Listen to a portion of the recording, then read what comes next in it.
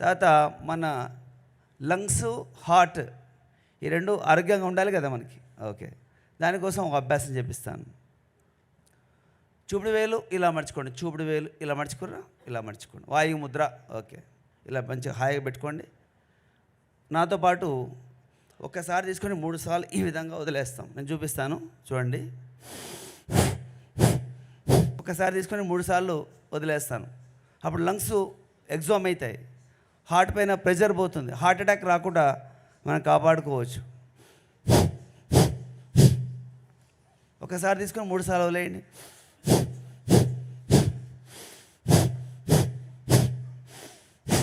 భుజాలు ఇలా మూమెంట్ పైకి చేయాలి, ఇట్లా మూమెంట్ పైకి చేయాలి.